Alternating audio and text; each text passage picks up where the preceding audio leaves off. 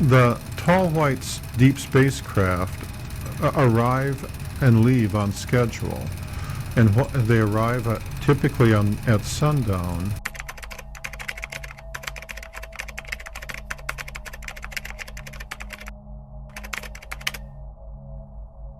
For most people, stories about extraterrestrials belong to the late-night radio shows, dusty UFO forums, or the whisper networks of conspiracy culture. But for Charles James Hall, a quiet, mathematically minded United States Air Force weather observer stationed in the Nevada desert in the 1960s, it was not a rumour. It was not a theory. It was his day-to-day life. It begins at Nellis. Hall's story begins where countless legends converge. Nellis Air Force Base, and more specifically, a desolate military region known to insiders as the Indian Springs Gunnery Range Complex. To the public, it's barren land, uninhabited, unforgiving, and scorched by the sun.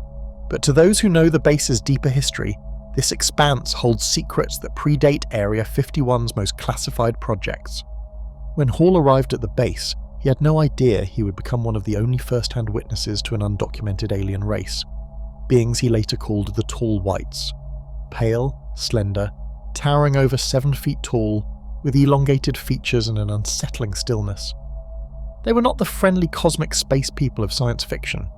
They were something stranger, older, and far more unpredictable. And they had a message, a warning, one that Hall insists humanity ignored. The weather station no one wanted. At 21 years old, Hall was assigned to a lonely post that even seasoned Air Force personnel avoided. The weather shacks scattered along the gunnery ranges. They were isolated, silent structures in the middle of nowhere, surrounded by miles of desert where temperatures plummeted at night and rose to merciless extremes during the day. This was where Hall worked alone, sometimes for days at a time, tracking atmospheric conditions for high-precision bombing tests. But it didn't take long before he realized he was not alone. Night after night, he saw lights moving against the desert darkness, gliding, shifting, pausing at right angles in ways no helicopter or jet could. At first, he assumed they were classified craft, but soon he noticed patterns. The lights weren't just flying, they were patrolling, and they were watching him. The Tall Whites make contact. Charles James Hall never sought the spotlight. He wasn't a conspiracy theorist, a UFO enthusiast, or a man drawn to mysteries. He was a quiet, analytical United States Air Force weather observer stationed in one of the most remote and unforgiving corners of Nevada in the 1960s. Yet it was there, in the vast emptiness of the Indian Springs Gunnery Ranges, an expanse of desert so silent that the wind itself seemed hesitant to cross it, that Hall claimed he encountered something extraordinary, a race of aliens he later called the Tall Whites. His job was monotonous, solitary, and for many airmen, deeply unsettling. Weather observers were assigned to isolated shacks scattered miles apart across the desert floor. Their responsibility was simple but essential: measure the weather so the Air Force could calibrate bombing exercises with precision. They ate alone, slept alone, and worked alone, often surrounded by nothing but sand heat and the low hum of distant aircraft. It was under these conditions that Hall began to notice strange lights in the sky, lights that moved in ways no helicopter or jet could move. At first, he dismissed these sightings as classified technology. After all, the Nevada desert was a cradle of secret military experimentation. But soon the lights drew closer. They descended, they patrolled. They behaved like sentient watchers rather than machines. Eventually the watchers revealed themselves. Hall described the Tall Whites as elegant, almost fragile beings, extremely thin, pale to the point of translucence, with elongated limbs and a posture that conveyed both confidence and cautious restraint. They were tall, extraordinarily so, reaching 7 feet or more, and they interacted with him not as equals, but as researchers observing a new life form. At first, they tested him, studying his reactions, his movements, even the way he breathed when frightened. Hall later compared their behavior to ranchers observing a wild horse before attempting to tame it, curious but wary. The Tall Whites are among the most enigmatic aliens beings ever described in modern UFO lore, largely due to the detailed accounts provided by Charles James Hall. Unlike the familiar imagery of the Greys popularized by Hollywood, the short, large-eyed beings with smooth grey skin, the Tall Whites represent an entirely different archetype. elegant, towering, almost ethereal entities whose presence inspires both fascination and fear. According to Hall's descriptions, the tall whites stand between 6 and 7 feet tall, though some females can reach 8 feet or more. Their faces are angular, with high cheekbones and large, deep-set eyes that reflect light in ways humans find unsettling. Their bodies are lithe but flexible, capable of movements that appear graceful one moment and unnervingly fast the next. Though humanoid in shape, their proportions deviate just enough from human norms to signal their otherworldliness. But physical characteristics are only the surface. What truly distinguishes them is the way they think. Hall describes them as hyperlogical, deeply observant, and cautious to the point of paranoia. To them, a human being is an unpredictable organism, potentially dangerous, emotionally volatile, and prone to irrational behaviour. Their early interactions with Hall followed patterns similar to how humans approach unfamiliar animals, observing from a distance, testing boundaries, measuring reactions. Eventually, trust was built, but only in the fragile, conditional way one builds trust between species that do not share the same instincts or evolutionary history. Their technology reflects a level of advancement that dwarfs humanity's. Their craft, according to Hall, appear to manipulate gravitational fields, creating what could be described as localized bubbles of distorted space-time.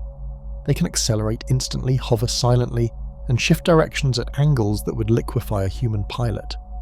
They possess handheld devices capable of emitting energy strong enough to incapacitate or kill, and their medical technologies appear capable of extending lifespan well beyond human limits. Yet despite this superiority, the tall whites are not conquerors, nor are they altruistic cosmic guides. They occupy a middle ground, acting in many ways like a species with its own agendas, hierarchies, and limitations. So the question naturally arises, what do the tall whites want? Based on Hall's narrative, the tall whites' motives are practical, not ideological. They are travellers, navigators of interstellar routes who use Earth as a waypoint, a refueling station, a rest stop, a neutral zone within a larger cosmic infrastructure. Their presence beneath the Nevada desert is part of a long-established migration path, one that the US government quietly agreed to accommodate in exchange for limited technological benefits. These benefits, Hall believed, were far more restricted than science fiction suggests. The tall whites did not share warp drives or energy weapons or advanced medical breakthroughs with humanity. Instead, they offered minor assistance, materials, hints, demonstrations that helped American scientists understand physics more deeply, but did not hand them interstellar power. The tall whites were careful, even protective about what they revealed. They seemed to understand that giving a young, reactive species powerful tools would be disastrous. Their interactions were governed by a strict code. They respected the treaty, obeyed boundaries, and expected the same in return. Violating those boundaries brought swift consequences. They were not violent by nature, but did not hesitate to defend themselves with overwhelming force when they perceived a threat. This brings us to an even deeper question. Do the tall whites have a historical connection to Earth? Hall's accounts suggest they do. He believed their visits predated modern civilization, and that they had been using Earth as a stopover point for centuries, perhaps even millennia. While they did not claim to have influenced human evolution, religion, or culture, unlike some interpretations of the Anunnaki or ancient astronaut theories, Hall suggested that scattered historical encounters might explain certain myths of tall, shining beings appearing across ancient texts. Norse mythology describes the Ljósalfa, tall, luminous figures. Native American tribes spoke of pale sky people.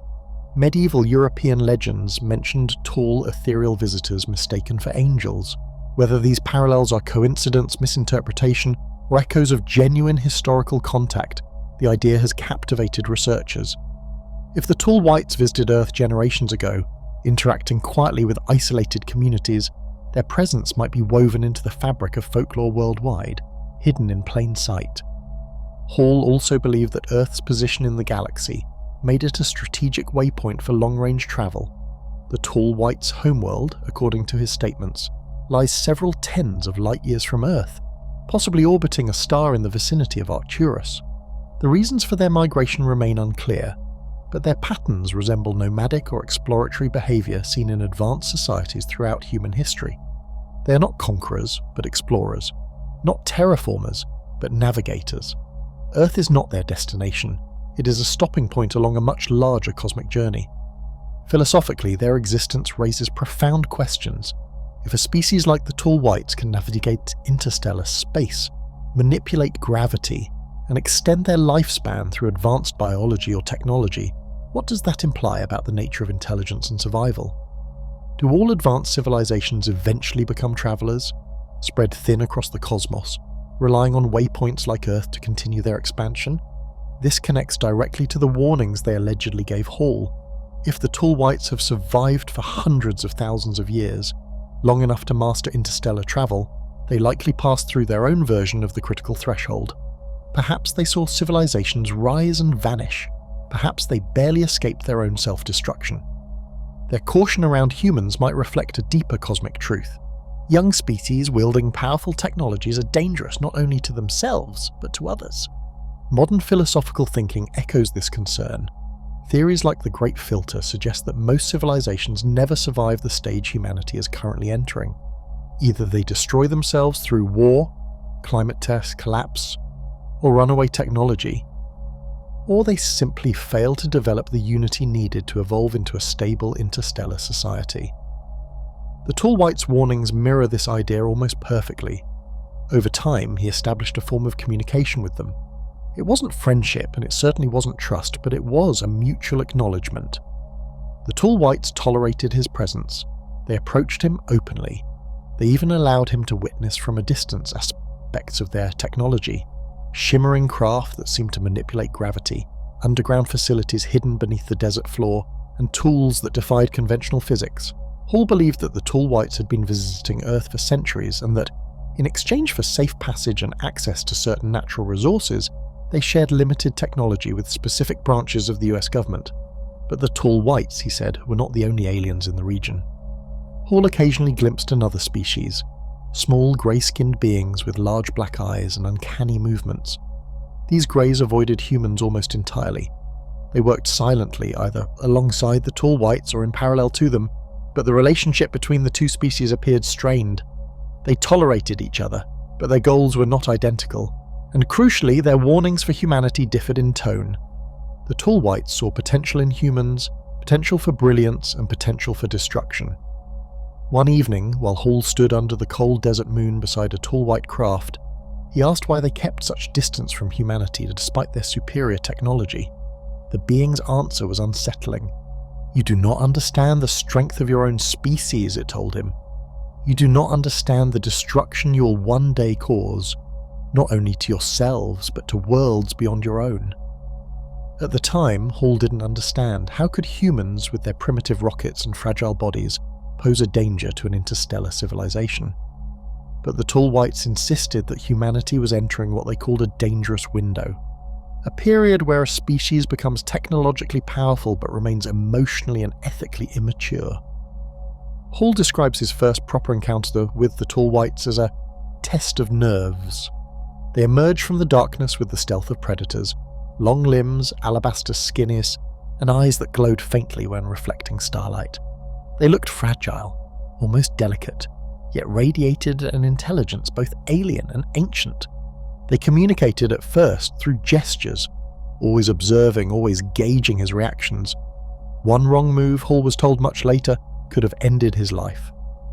At the beginning, Hall wrote, "They treated me the way a rancher treats a wild horse." Slowly they grew accustomed to him. They approached the shack while he worked. They followed him on his rounds. They stood in total stillness, feet away from him, studying him with scientific detachment. To them, Charles was not a soldier. He was an experiment, a curiosity, a variable in an equation too large for him to understand, but only later would he realize their true purpose, and the buried warning they carried. The Greys in the desert. The tall whites tolerated the Greys but didn't trust them. Hall described the dynamic as tense cooperation between alien species whose purposes on Earth did not fully align. This mattered, he said, because their warnings, the ones meant for humanity, were not the same. If the tall whites were cold, cautious, and emotionally distant, the Greys were something else entirely, clinical, procedural, and almost machine-like. Hall's descriptions of the Greys are far smaller in volume than his accounts of the tall whites, not because he knew less about them, but because the Greys wanted him to know less. They operated like ghosts moving through the desert, swift, deliberate, and always one step ahead of human perception. According to Hall, the Greys stood 3 to 4 feet tall, with smooth grey skin and oversized heads. Their black, almond-shaped eyes were glossy and reflective, lacking visible pupils, which made it impossible to determine where they were actually looking. Unlike the tall Whites, who exhibited personality, social hierarchy, and emotional restraint, the Greys behaved with a singular purpose. They moved with uncanny synchrony, their gestures small and efficient, as if designed rather than born. Hall noticed that the Greys were often engaged in tasks, monitoring equipment, collecting environmental samples, interacting with craft that appeared distinct from tall White technology. Yet they rarely acknowledged him. If he approached too closely, they stopped what they were doing, froze momentarily, then vanished into the desert darkness or retreated into their craft. Their presence was brief, almost surgical. They seemed to inhabit Earth like researchers navigating a hostile ecological niche. Their silence raised questions that Hall never fully answered. Were the Greys a separate species entirely? Were they assistants, subordinates, or independent contractors in some cosmic partnership? Or, as some researchers have theorized, were they biological constructs, living tools engineered of Duhet for specific tasks? Hall leaned toward the idea that the Greys had their own agendas, distinct from those of the tall Whites and far more concealed. While the tall Whites interacted with the US military under a defined agreement, the Greys did not appear bound by any treaty. They moved freely, operating outside the parameters set by human authorities. The tall Whites did not intervene in Grey operations, but they kept their distance, observing with the same suspicion they held toward humanity. The dynamic resembled two rival corporations temporarily sharing a workspace, forced to tolerate each other, but unwilling to collaborate more than necessary. The tall Whites possessed authority, structure, long-term planning. The Greys possessed efficiency, detachment, and an unsettling willingness to abandon their work the moment it was compromised. Hall believed the Greys viewed humans not as unpredictable threats, but as irrelevant biological obstacles. Where the tall Whites analysed human emotions and reactions with anthropological curiosity, the Greys moved past humans like shadows moving around furniture, aware but disinterested. This difference in perspective shaped the warnings each species offered. The tall Whites warned humanity about the critical threshold, a convergence of technology, climate instability, and militarization that could destroy humanity or destabilize the broader cosmic environment. Their warning came from a place of caution, even concern. They viewed humanity as a young, volatile species that could mature into something remarkable, or annihilate itself and others in the process. The Greys' warnings, by contrast, were far more cryptic and far more dire. Hall claimed that when communication did occur, mostly through tall White intermediaries, the Greys described humanity's future not as a branching possibility, but as a near-certain collapse, unless humanity fundamentally restructured its way of life. According to Hall, the Greys believed that human civilization was already past the point of soft correction. They viewed Earth as an ecosystem undergoing irreversible stress, with humanity accelerating its own extinction through resource depletion, genetic interference, and the misuse of electromagnetic and nuclear energy.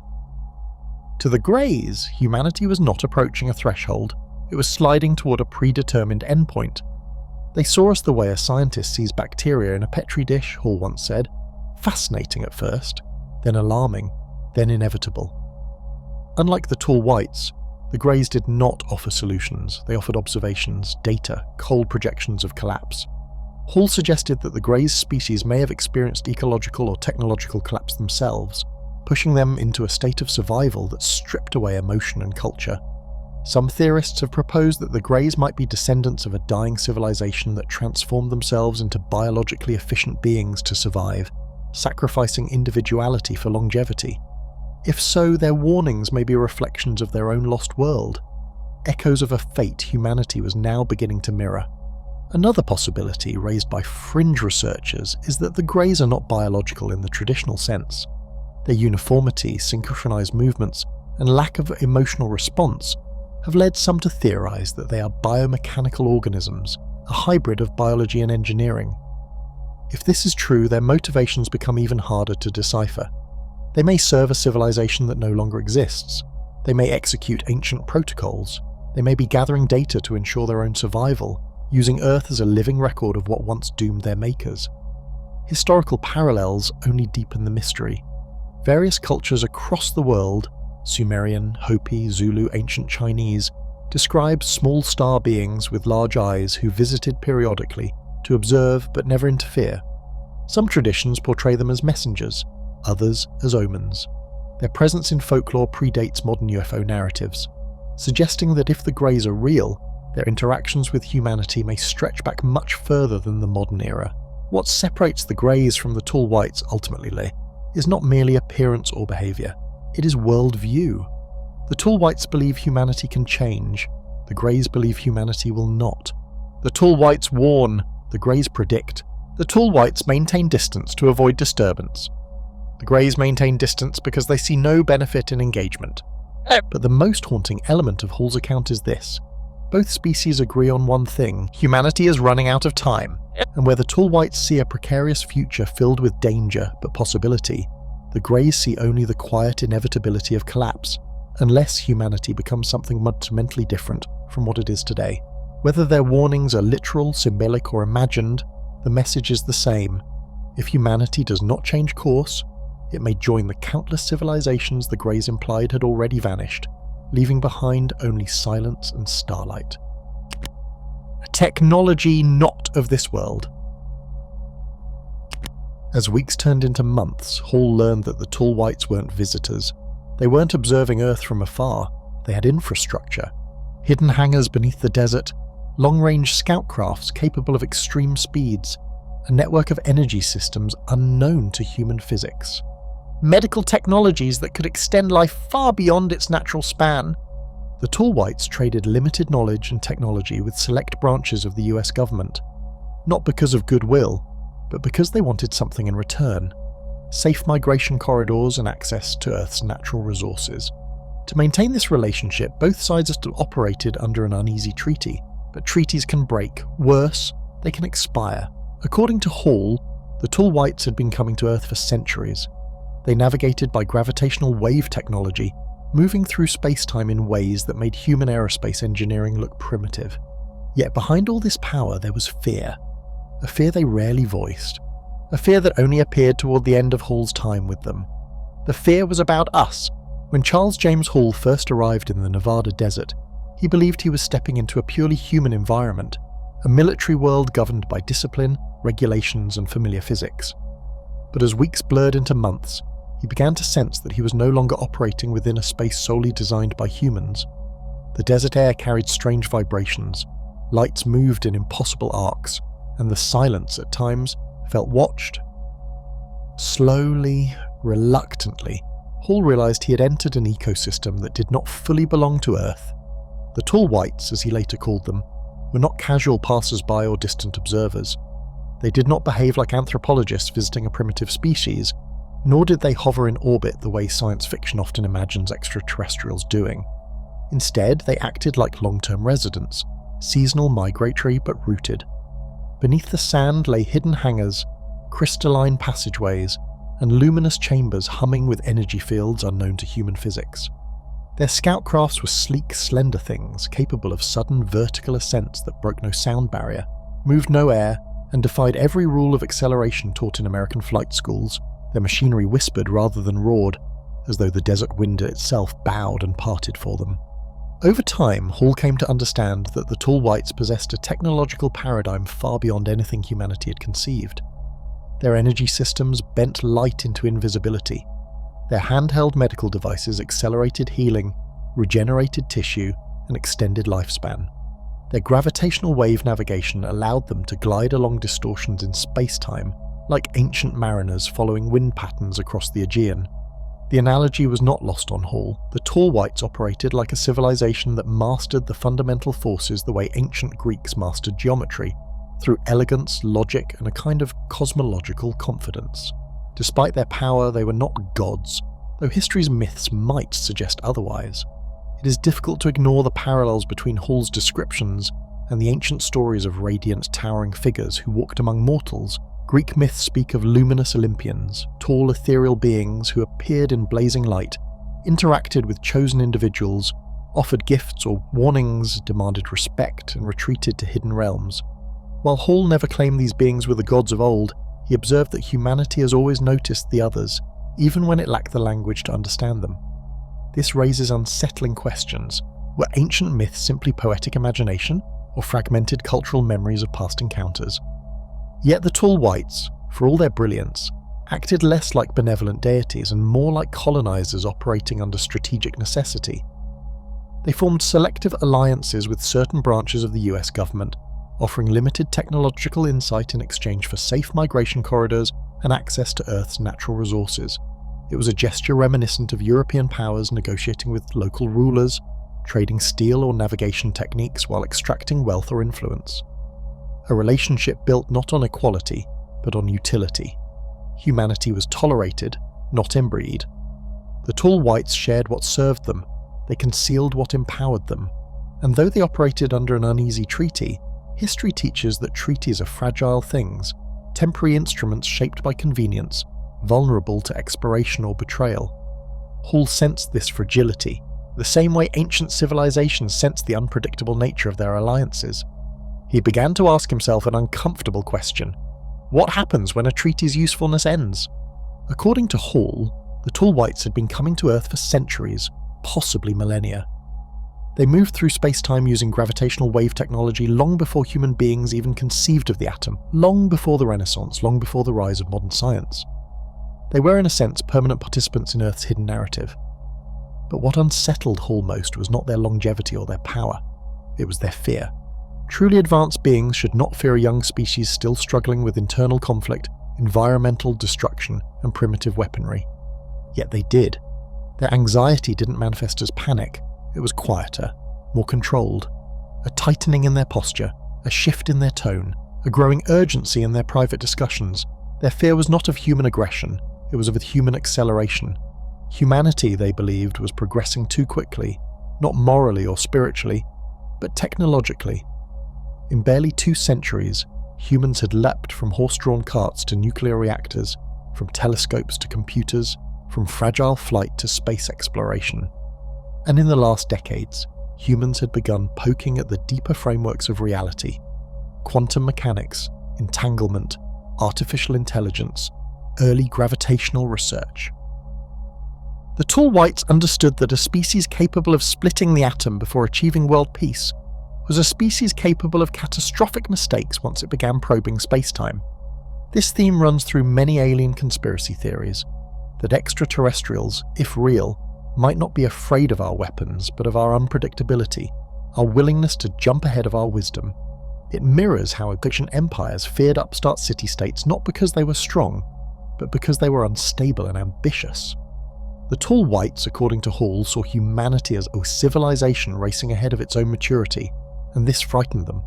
Because once a young species learns the architecture of reality, it can either evolve or explode. Yet Hall believed that their fear was not entirely unfounded. Modern science has begun validating ideas once dismissed as fantasy. Gravitational waves, central to the Tall Whites' alleged propulsion, are now a proven phenomenon. Zero-point energy, once ridiculed, is actively studied. Longevity research, gene editing, quantum communication, space-time engineering, all echo the technologies Hall described decades earlier. As humanity pushes deeper into theoretical physics, the boundary between myth, conspiracy, and scientific reality grows thinner. The Tall Whites, if Hall's account is true, were not afraid of what humans were. They were afraid of what humans were on the verge of becoming. For Hall, this revelation reframed everything. The Tall Whites were not warning us because they disliked humanity. They were warning us because they had seen civilizations rise too quickly and collapse under the weight of their own genius. They had witnessed cosmic tragedies, and they sensed the same pattern emerging here. Their fear was not rooted in superiority, but in experience. And beneath their posture of confidence lay a truth that lingered with Hall long after he left the desert. Advanced species are not always worried about invaders. Sometimes they're worried about neighbours. The first warning. In the desert, under the sharp Nevada moonlight, Hall asked one of the Tall Whites why they were so cautious around humans, why they hid, why they kept their distance despite their superiority. The answer was not what he expected. "You do not understand the strength of your own species," the tall white told him through a translator device. "You do not understand the destruction you will one day cause, not only to yourselves, but to worlds beyond your own." Charles laughed it off at first. Humans? Dangerous to beings who commanded interstellar travel? But the tall white shook its head. "Your minds evolve faster than your wisdom, faster than your harmony. There is a window before a species reaches the next stage, a dangerous window. You're in it now." Years later, Hall realised the tall white was referencing the same timeline the Greys spoke of, though with far more urgency. "We tried to warn you," the tall white later told him, "but you do not listen." What exactly were we warned about? That, Charles says, is the heart of the entire story, the part people either overlook or reduce to sensationalism. The tall whites were not giving geopolitical forecasts or sci-fi warnings. They were speaking about a convergence point they believed every civilization reaches if it advances faster than it matures. To them, humanity was accelerating towards such a moment at a pace that made even them uneasy. After centuries of watching our species from a distance, they concluded that we were nearing a precipice, not in a metaphorical sense, but in a literal systemic one. They called this precipice the critical threshold. The critical threshold wasn't a prophecy nor a punishment. It was, in their view, a cosmic pattern, an inevitability that arises when three human-made trajectories collide. The first is technological expansion beyond ethical limits. The second is environmental destabilization across multiple planetary systems. The third is the militarization of new forms of energy. Each of these on its own is manageable. Civilizations can survive ambition. They can adapt to environmental strain. They can even weaponize forces once considered sacred without tearing themselves apart. But not when all three accelerate simultaneously. Not when progress becomes exponential instead of organic.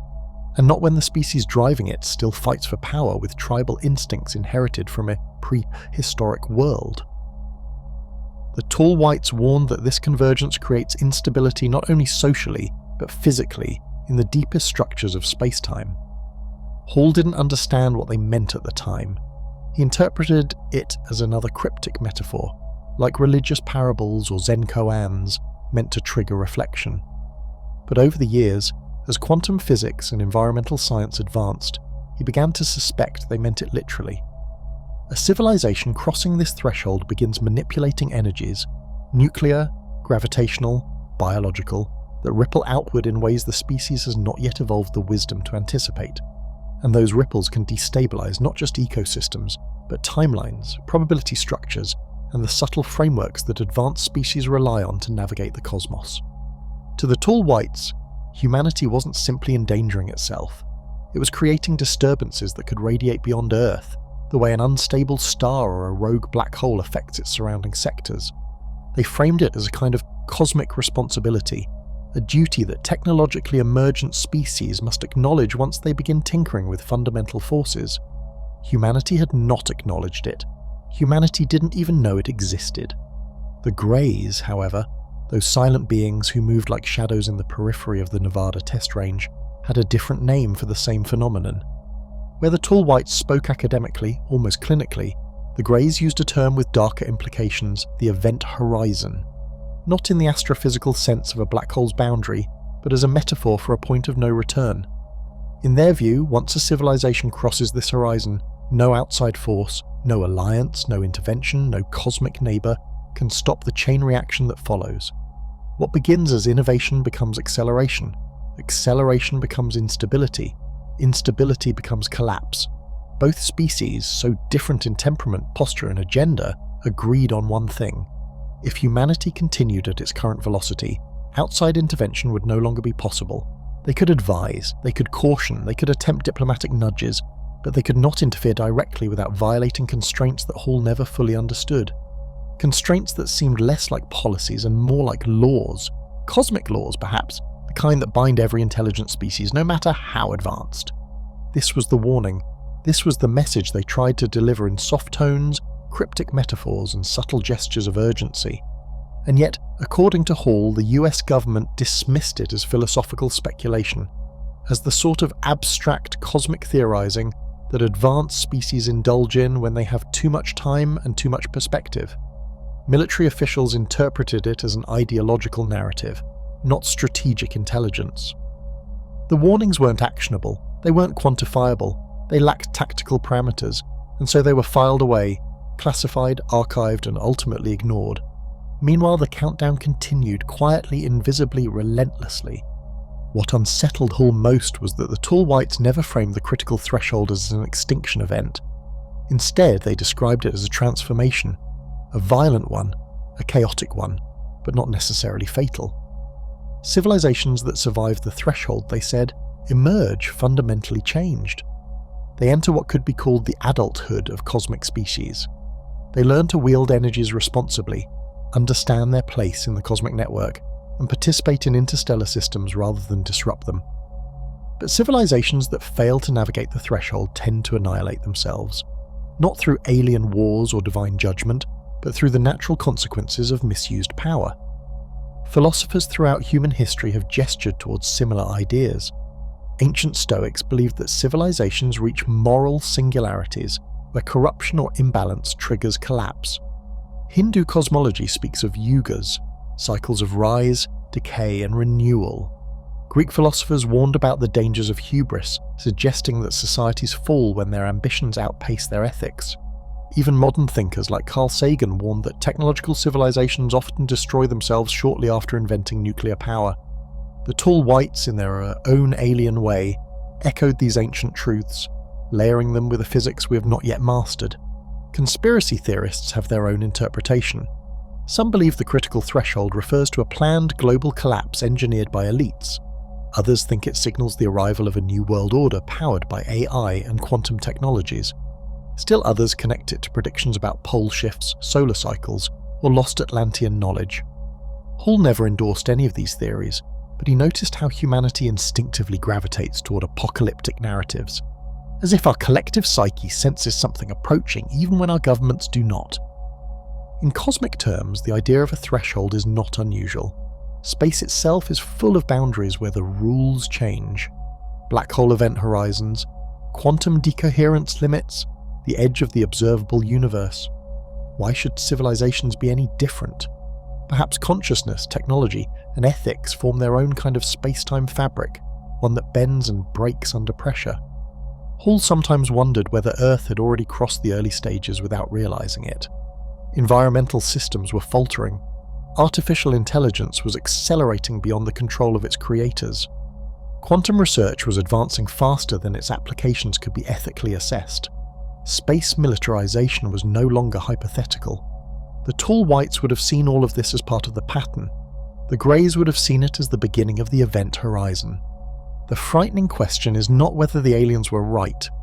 The frightening question is whether humanity is already too close to the threshold to slow down. According to Hall, the strange thing about the animals on the base was that they were never really his dogs. They belonged to the people who lived in the housing area nearby. They were strays who drifted through the desert, forming loose bonds with whoever fed them, or took a moment to scratch behind their ears. Some soldiers taught them little tricks, rolling over, sitting up, offering raw rapport, simple gestures that brought comfort in an otherwise bleak landscape of heat, silence, and classified operations. The tall whites found this habit incomprehensible. One of them remarked to Hall's colleague that most advanced species would simply ignore such creatures or even dispose of them without hesitation. Humans, she said, were unusual because we were intelligent but still willing to imagine the world through the minds of creatures far less intelligent than ourselves. It baffled them that humans could care about the feelings of animals. To the tall whites, this was either admirable or foolish, she would never say which. Yet despite this occasional softness in their observations, the tall whites always approached humans armed. Only their children, who were curious and impulsive, walked unarmed. Likewise, very elderly adults sometimes went without weapons. But the young adults and the mature ones, those still strong and not too fragile, always carried their strange devices. Hall described the weapons as white, pencil-like rods, but with squared-off edges instead of rounded ones. The length of each weapon seemed to correlate with the age and authority of the person carrying it. Young adults carried shorter versions, maybe 6 inches long. Older adults carried longer, more powerful variants. The weapon itself, Hall learned, worked much like a microwave laser. It could be tuned to resonate with the atomic properties of different elements. The tall whites understood how human nerves functioned. how signals rely on sodium ions, how muscles depend on calcium, and they could adjust their weapon to target those specific elements. On the sodium setting, a single shot could simulate the shock of grabbing a live wire, carrying 100,000 volts. Painful didn't begin to describe it. At low power, it caused only a tingling jolt, like brushing against a faulty electrical fence. At high intensity, it could kill instantly. Hall never personally experienced the sodium setting, but he met others who had. One CIA guard recounted a harrowing incident involving the teacher, one of the tall whites Hall interacted with regularly. The guard had been escorting her down the steps of the Capitol building. Because her bone structure differed from that of a human, the guard misread her posture and thought she was about to fall. Acting on instinct, human instinct, he reached out and grabbed her elbow to steady her. It was a mistake he nearly paid for with his life. According to the guard, the teacher reacted instantly. She snapped her weapon into position, adjusted it to the sodium resonance, and fired. He collapsed to his knees, muscles convulsing, vision collapsing into stars. She towered over him, furious. "Do you think we are fools?" she demanded. "You think I'd come here if I couldn't take care of myself?"